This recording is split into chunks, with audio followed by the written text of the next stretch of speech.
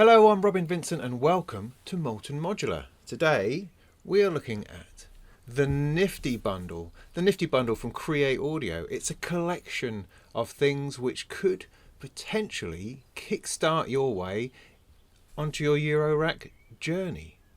This could be the solution that you've been looking for, because you've been sitting back going, well, I just don't know. I don't know if I can handle working out what sort of case I need. And then there's all this faffing around with power supplies. How am I supposed to navigate that? And then, oh my goodness, I've already just spent 500 quid and I haven't gotten anywhere. I haven't got a noise out of anything. That is kind of the experience you have when you try to start in Eurorack, because there's a lot of humps to get over. And that first one, the first one of buying the case and the power supply, is probably the worst because it puts so many people off. The Nifty case, the Nifty bundle, may potentially sort that out.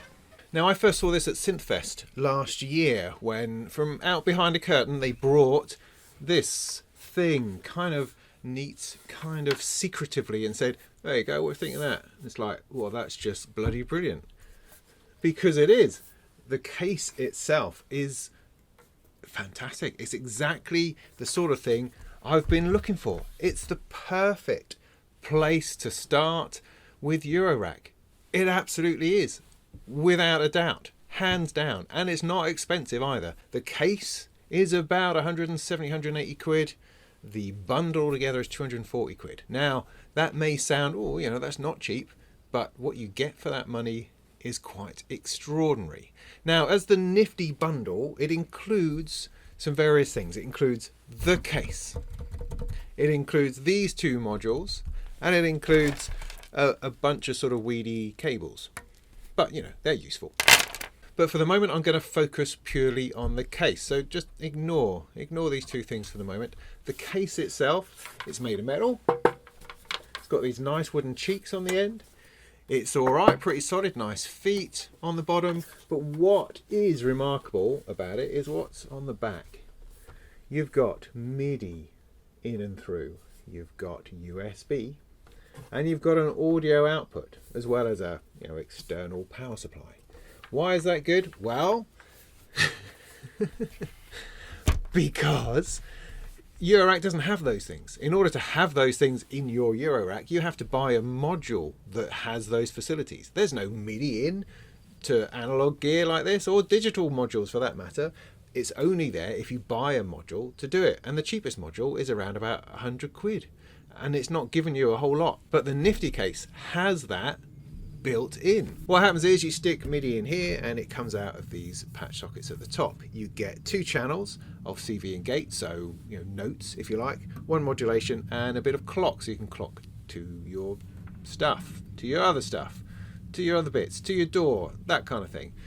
Similarly, the USB acts in exactly the same way. You just connect it directly to your computer and you can pump out two MIDI channels to these two things, and a little bit of modulation and some clock.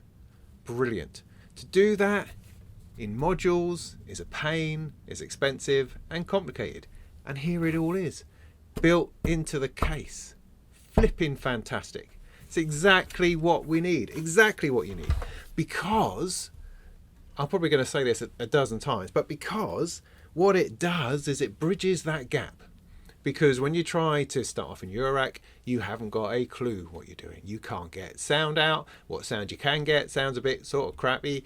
It's not working like you think it would. If you're used to a synthesizer, moving into Eurorack, going, well, I don't know what any of these things do. I don't know how to patch it together. I don't know how any of these things work. And I can't seem to get a sound out. With the Nifty case, you just plug in a keyboard and you're already triggering, potentially, hopefully with the right modules, some sound. You're controlling it, and so you're not diving straight away from a piano keyboard paradigm into something completely weird and alien, which is what Eurorack tends to be. You're taking the piano with you. You're taking the keyboard vibe with you. You're also staying connected to your door, so you've not gone completely doorless. You've not gone cold turkey into hardware. You can use the two together with no fuss, no mess. Two channels of stuff going into here. Brilliant. Absolutely bang on brilliant. The power supply inside, as you can see here, is built in here. It's not anything particularly special. It's on flying bus cables which have been held down, so it's not a bus board, but it works well enough. You've got 1, 2, 3, 4, 5, 6, 7, 8, 9, probably 10 ports for modules, which is plenty for this size of case, which is 84 HP. You've also got proper threaded rails. None of this sliding nuts business that everybody seems to hate for reasons I can't understand, but you've got proper threaded nuts. That's known as a premium product, and that's built in, included in the Nifty case. It's bloody brilliant. It is. It's really, really good. The last thing on the back is the output jack. Now this is the only twinge of disappointment, in that it's a mono output. Well, that's fine, mono output. My Mother 32's got a mono output. Other synths have mono outputs. Yeah, what's the big deal? Well, just the thinking is that if it had a headphone output, you know, it doesn't have to be panned in stereo, but just so it comes out both ears, just a headphone output, then you could use this with a little keyboard all by itself, and it would be a completely standalone instrument and a standalone experience. As it is, it's mono. It comes into one ear on your headphones if you plug them in, and that means you just have to plug it into something else in order to use headphones with it or use it on its own. You know, they could have, you know, just maybe another £5 and you could have had a headphone socket, and that would have been awesome. So what I'll do, just to demonstrate the case itself, is to plug in a couple of modules and make a sound and show you hopefully how kind of simple and straightforward that is. I'm going to ignore these for a minute. You see these two modules? We're going to come to those, but they deserve some special treatment and attention all of their own. So I'm going to ignore those for a moment and assume you've just bought the case. And let's plug some things in. So you're going to need an oscillator. Then you'll need some kind of VCA stroke envelope, which is what this is. And then perhaps a nice filter. Now this is a super posh filter called the Fusion VCF from Erica 6, but you know, it's just there as an example. A couple of modules, rock and roll. So how do you then use it? Well, you need to take the little crummy cables, take the CV out, put that into the 1 volt per octave input on your oscillator.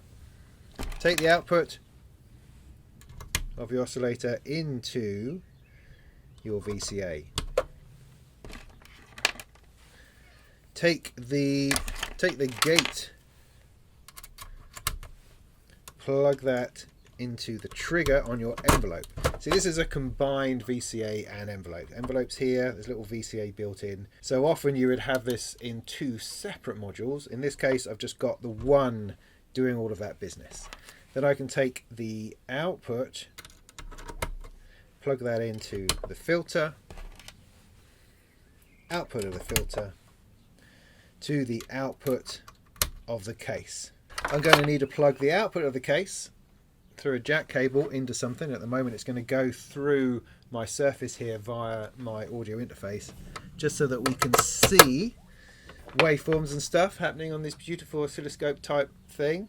And then we need to plug the MIDI into the back. I mean, I could do this via a sequencer or a DAW from the computer, but I'm not. I'm going to do it via a cable from a keyboard. I'm going to plug that into the back. This is the keyboard that I'm using, this little fella here. Plug the power in the back, turn it on. So what's happening here is I've got a MIDI keyboard. It's taking MIDI out of the back. That is going in to the MIDI here. And then I'm getting the note information. It's being converted into a voltage, and that's being plugged into the pitch on the oscillator.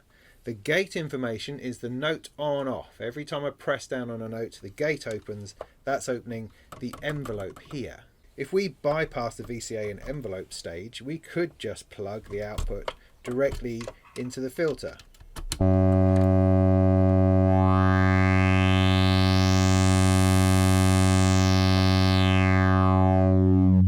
So that's the output of my oscillator, and I can control the pitch from the keyboard here.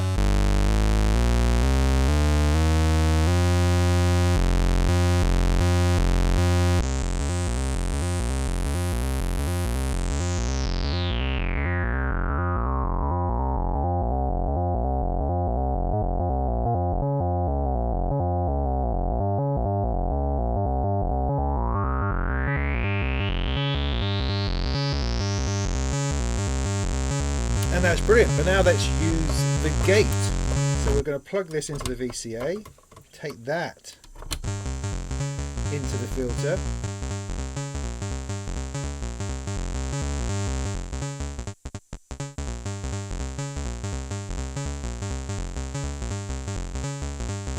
Now I can use the other side of this as a dual channel envelope. What's it? I can take the other side and plug that in to the filter.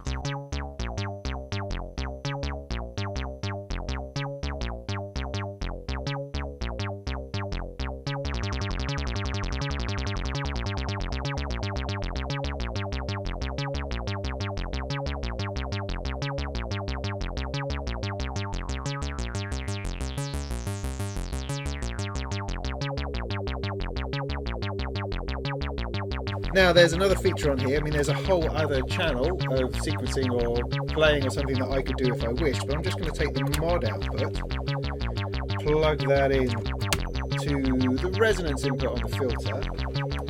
So now as this arpeggiator is playing back,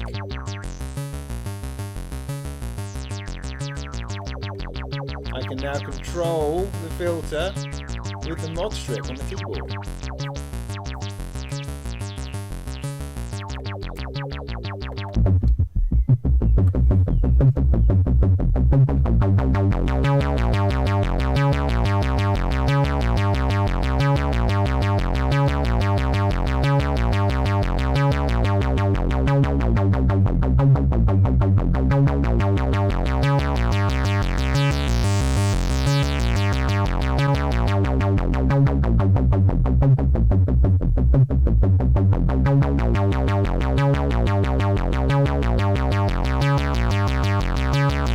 Totally flipping brilliant. Totally, absolutely, just brilliant. Just lovely. I mean, the first time I built a row of Eurorack, I had no experience like that. I just had this noise coming out, this sound coming out that I had no idea how to control, how to do anything with. And, you know, you started from this position of kind of frustration and disappointment where it's like, well, how do I get any of this to work? I don't understand it. It's not working like a proper synthesizer. Because when I built my first row of Eurorack, it just made a noise. It made the sound, the drone from a single oscillator that sounded a bit kind of thin and weedy, and I didn't know how to control it, how to move it about, how to start to modulate. All those sorts of things I had to learn as I went, because it's not set up and wired like a synthesizer. You had to work these things out, and it was difficult and troublesome and frustrating, whereas this is simple. You put your stuff in, you attach a keyboard, and it works. It just works. It's like, oh, thank goodness for that. So yeah, absolutely.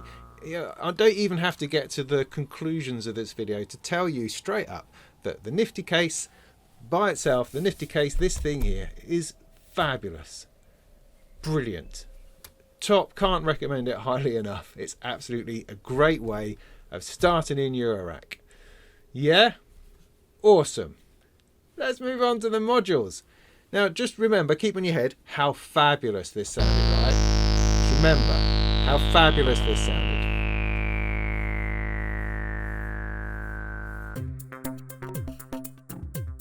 The Nifty Bundle comes with two quite extraordinarily characterful modules. First one is Cellz, next one is Chipz. Cellz is actually a remarkably interesting and groovy and quirky sequencer player controller thing. I'll come to that in a minute. Chipz is a two-voice oscillator. It's got two oscillators in there for sound, and it's got another oscillator in there that's an LFO. Somehow into this little module they've crammed two oscillators with differing, varying, morphable waveforms. One of them has a built-in low-pass filter, I think. The other one has built-in pulse width modulation. And the LFO has two outputs. It has like a main output, and then it has what seems to be a divided output where you get four of those to one of those. Sort of a quarter speed or 4 times as fast, depending on which way you look at it.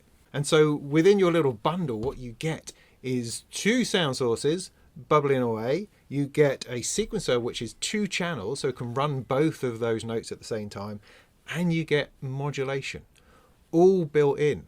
And these come at a cost of about 60 quid more than the case by itself. So fantastically good value. So what do they sound like? Well, this is where it gets a bit interesting.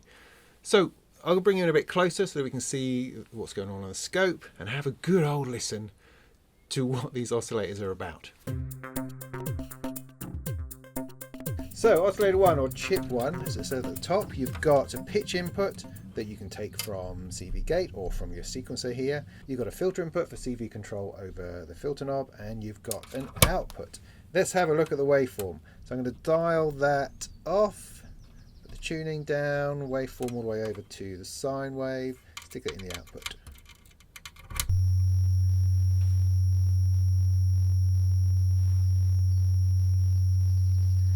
Let's just go through the frequency range.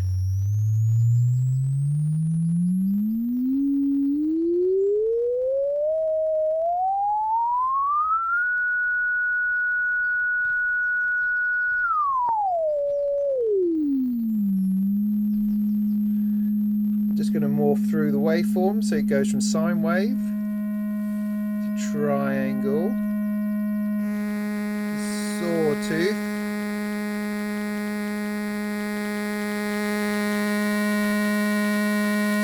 square wave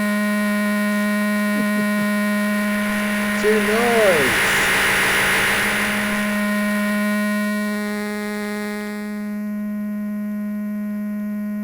And I don't know if you can hear, but there's definitely stuff going on in that oscillator, because you can see the crinkling on the sine wave, and that's present in those sort of overtones that you can hear.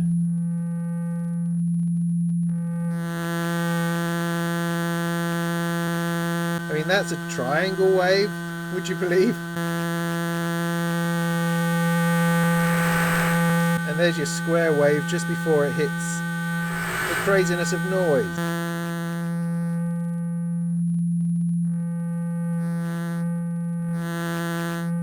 Now if I bring up a bit of a spectrum analyzer, you can see that there is all sorts of stuff going on in there.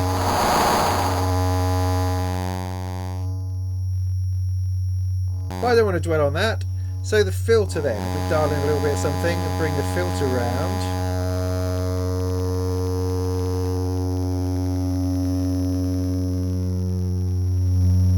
You get a sweep which goes all the way around to about there, and then something kind of strange happens at the bottom, this bottom bit here. It seems to boost it or something.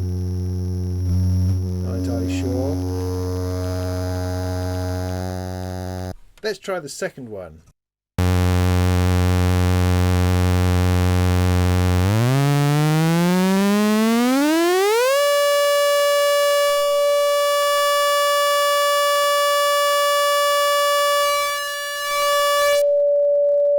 Right, so there's our sine wave, found it in the end. That then goes to triangle, sawtooth, square, into noise. Now the second oscillator, chip 2, is that little bit more better behaved. It's also much louder. If I get something similar, no, there isn't anything similar. Much louder. The pulse width control is pretty interesting.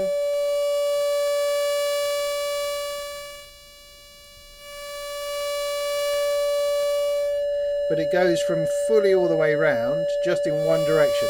You would normally have pulse width modulation in the middle to give you a standard square wave, and then you'd push it one way or the other. With this, it needs to be all the way over to the right to be not in use. And then of course it gets really interesting when you put the two together.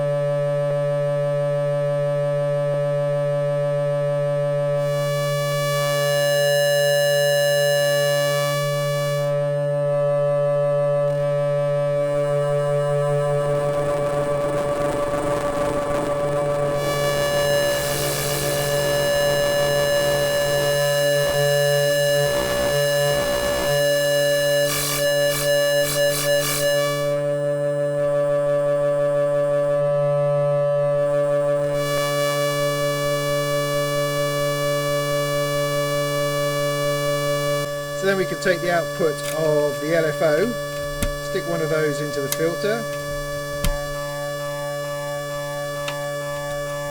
stick the other one into the pulse width,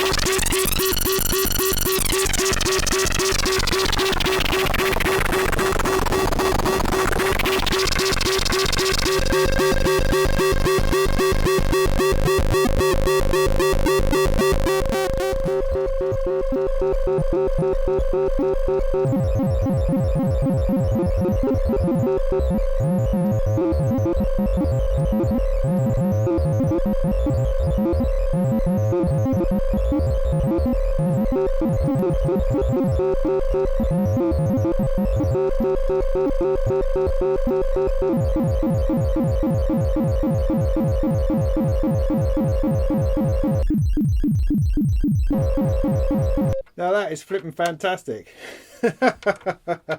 See, the thing about this module is that it farts and it spits and it fizzes and it sounds like it's about to have a stroke, or perhaps it might even be broken. I'm not entirely sure, but once you start playing with it, once you start fiddling around with it, it just does extraordinary things. It makes an incredible noise. It's a crazy noise. It's an unruly noise. You're not quite sure where you're going to push it next. But when you stuff everything into each other, oh, it's just fantastic. It's just fantastic. Right, let me see if I can just pull this back a little bit to show you the Cellz. So let's take a relatively inoffensive tone from chip 1. Now all of these pads here can be allocated a note. So let's take the CV out, put it into there, and then as I move around on this pad, it changes the note.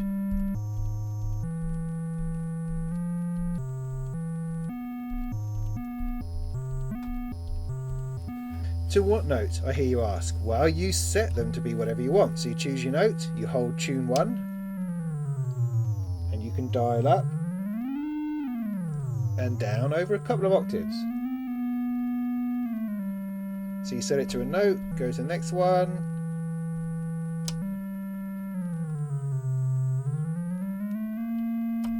next one, next one. So I've now got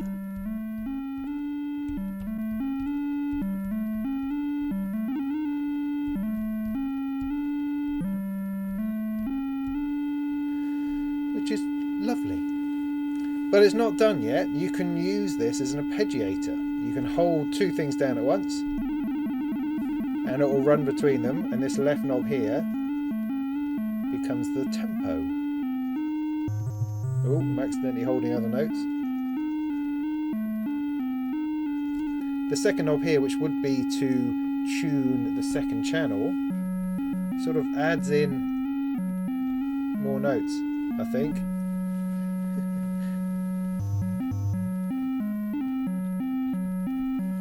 So there's just the 2 notes. If I turn that up, it potentially adds in more notes. It's a little bit cranky. I'm not entirely sure whether that's doing exactly what it should do. Let me hold a few more notes down.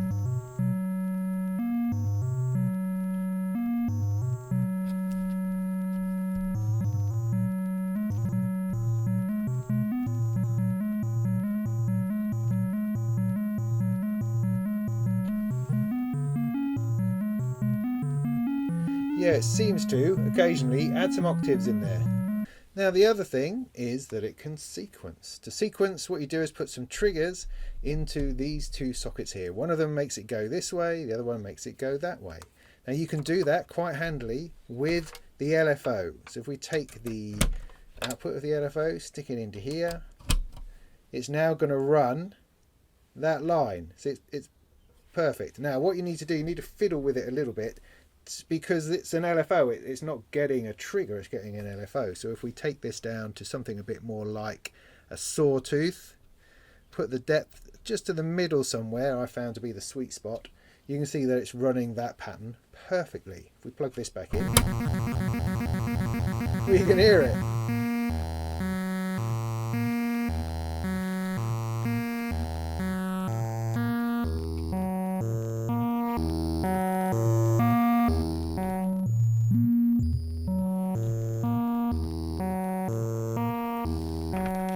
Now because of the relationship between the 2 outputs from the LFO, the other one will send it the other way at 1/4 speed, meaning that it'll end up doing 16 notes.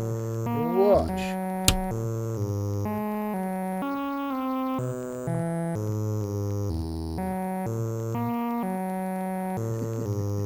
Now that's not exactly in the way it was intended.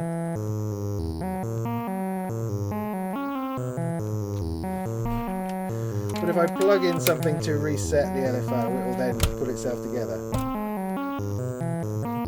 More or less.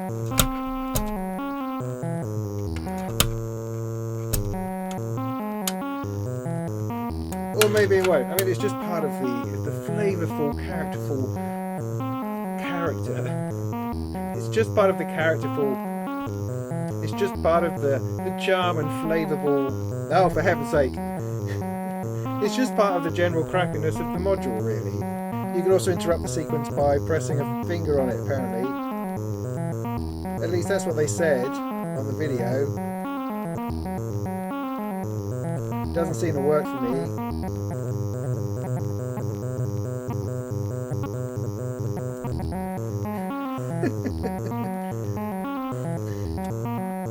So that's awesome. Let's introduce oscillator 2, give that a bit of a tune. Ooh. So for this we're going to use number 2, so I'm going to take the LFOs out, add a note, hold it. Oh, I haven't patched it in. So we patch the CV into chip number 2, hold tune 2, turn the knob, and it gets a thing, choose another one.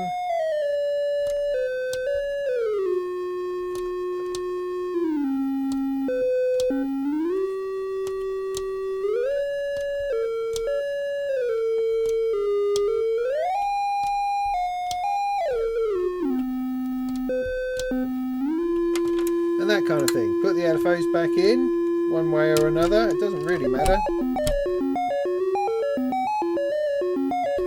So we've now got the second oscillator going like crazy. Let's put the first one back in.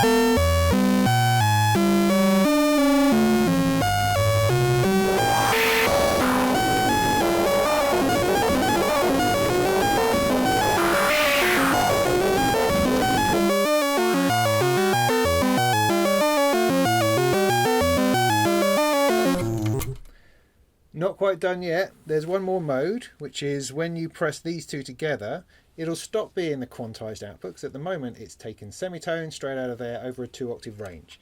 If you press those two together, it becomes completely freeform. We have a bit of that.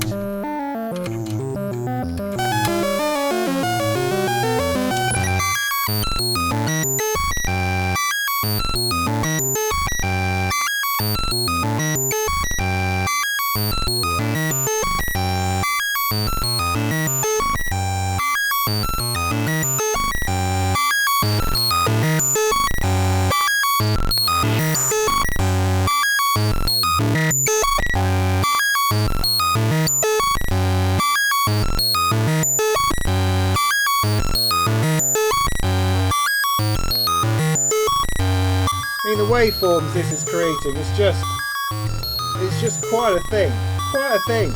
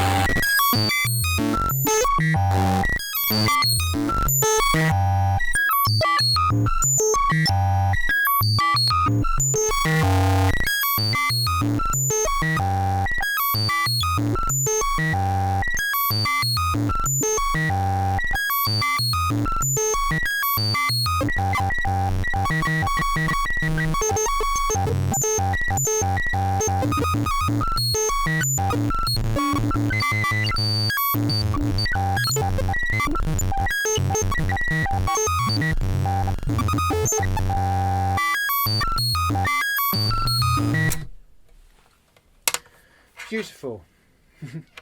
Totally beautiful.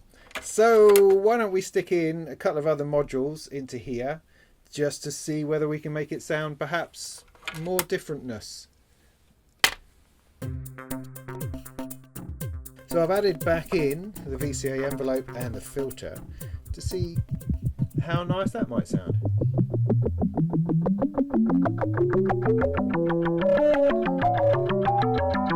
I've got the gate coming from the Cellz to trigger the envelope.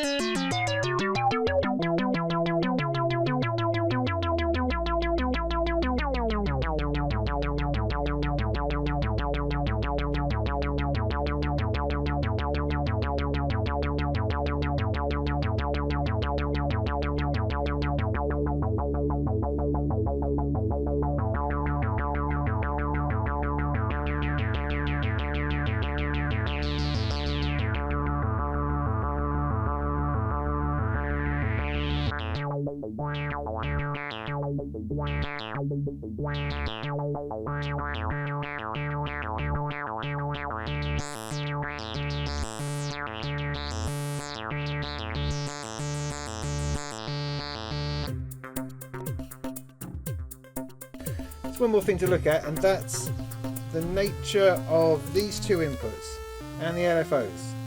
Let me show you something. So I'm going to take an LFO from my larger rig over here,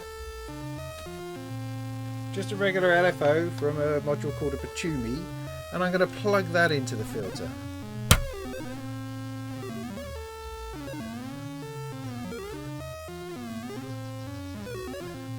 Do you see what's happening?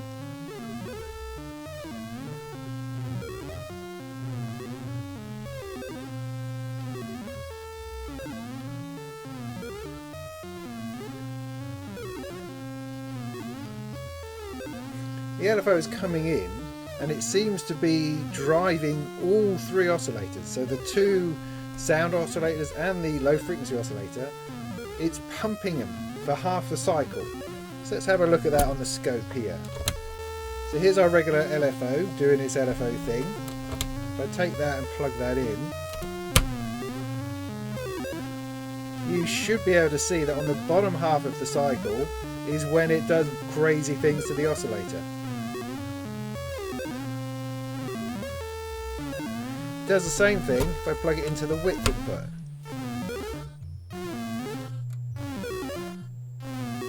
So what that means is that the inputs on this are unipolar, which essentially means that the modulation it can take is from 0 to 5 volts. It can't take an entire -5 to +5 LFO going in. Why? I don't have any idea. But if we also look at the output of the LFOs, that may show us why, perhaps. So the output of the LFOs is like this. There you go, that's output 2. So a normal LFO would go up to the top, down to -5 and up. But the LFOs themselves are unipolar. They're only doing the positive side. And so that works perfectly with the unipolar input on the filter and the pulse width. You can also see they're as noisy as anything. Look at the state of that. Just look at it. That's extraordinary. Absolutely extraordinary how much noise there is in that LFO signal. Let's have a look at the other one.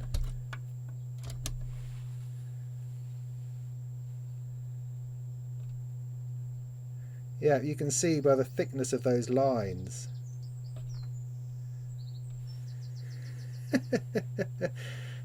That they are remarkably noisy.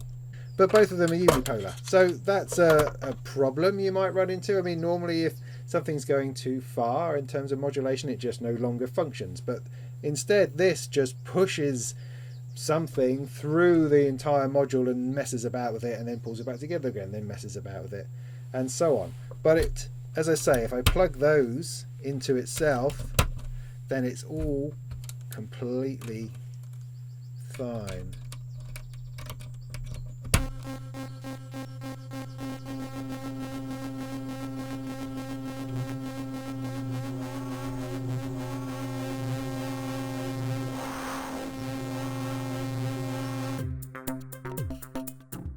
So what can we make of all this? Well, as I said at the start, the case is fantastic. Fantastic. I love the case almost completely.